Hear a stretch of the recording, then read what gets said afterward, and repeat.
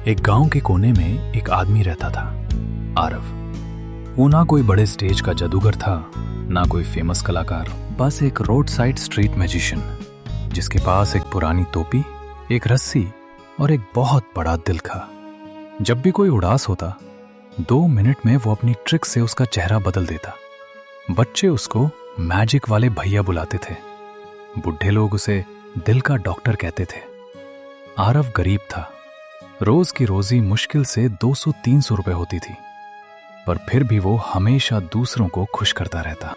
आरव की बीवी सुहानी और 2 बच्चे, एक बेटा रोहन और बेटी छवि। शुरू में सब ठीक था, पर हमेशा की गरीबी और मुश्किल जिंदगी ने सुहानी को ठगा दिया।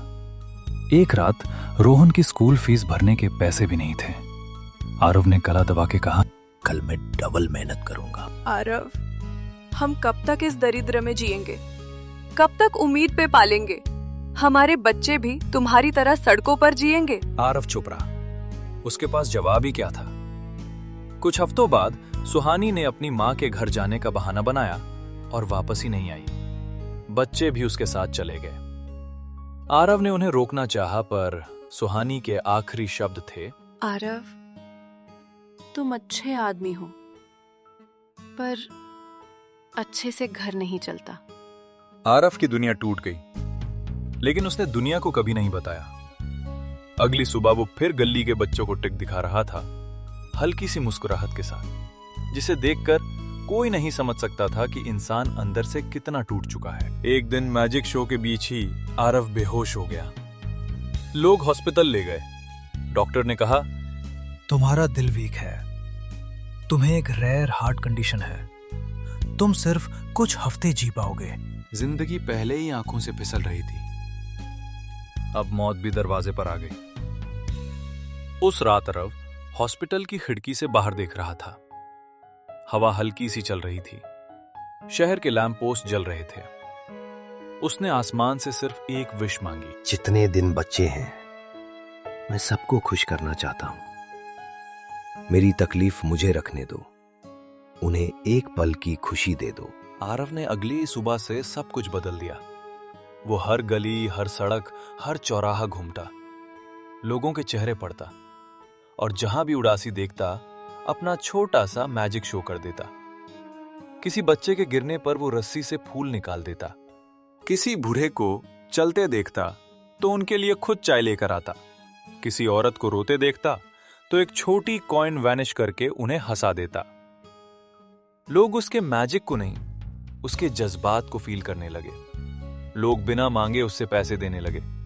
कोई गिफ्ट मत कहना, ये हमारी तरफ से तुम्हारे मैजिक के लिए नहीं, तुम्हारी हिम्मत के लिए है। धीरे धीरे मैजिक वाले भैया के पास 100 रुपए, फिर 1000, फिर 10,000, फिर 50,000 और कुछ महीनों के अंदर वो करोड़पति बन गया। जिस आदमी के पास रात को खाने को रोटीज नहीं होती थी, वही आदमी आज एक बंगला, एक कार, एक शॉप सब ले सकता था। पर उसने नहीं लिया, क्योंकि पैसा दिल की खाली जगह नहीं भर सकता। एक दिन उसके पुराने घर के बाहर एक टैक्सी रुकती है। बाहर निकलती है सुहानी और उसके साथ रोहन और छवि।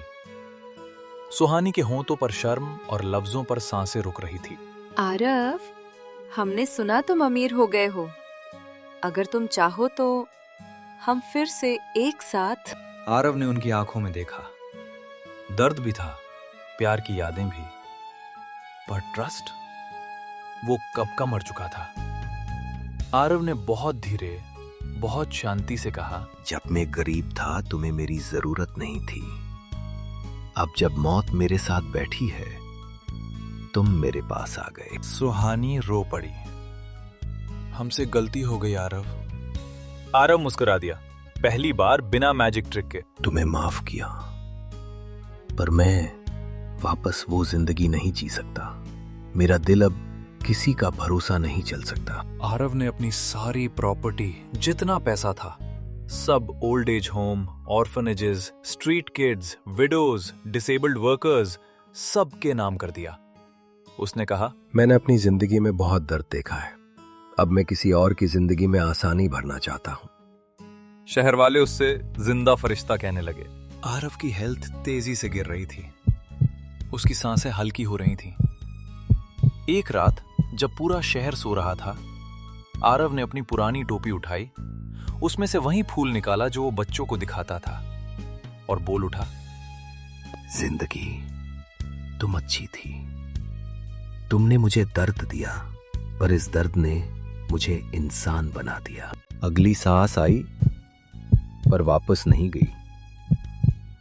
आरव शांति से सो गया, जैसे जिंदगी का सबसे बड़ा मैजिक करके गया हो। रिश्ते तब तक ही मजबूत रहते हैं जब तक दोनों तरफ से समझ, यकीन और मेहनत हो। अगर एक भी हाथ छूट जाए तो दुनिया की कोई तकलीफ उस खाली जगह को भर नहीं सकती। इसीलिए परिवार को संभालना उतना ही जरूरी है जितना उनके लिए कमाना। बुरा वक्त तो टाल जाता है, पर उस बुरे वक्त में जो रिश्ते टूट जाते हैं वो फिर कभी दिल से नहीं जुड़ पाते, चाहे लोग एक ही छत के नीचे क्यों ना हो।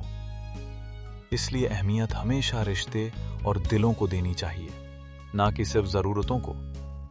अगर रिश्ते सही हो और मेहनत साफ हो तो जरूरतें, ख्वाहिशें सब अपने आप पूरी हो जाती हैं। दोस्तों, अगर आपको ये कहानी पसंद आई हो तो इस कहानी का पूरा मॉरल और मजीद दिल को छू लेने वाली वीडियोस मेरे चैनल दिल से तून स्टोरीज पर जरूर देखें।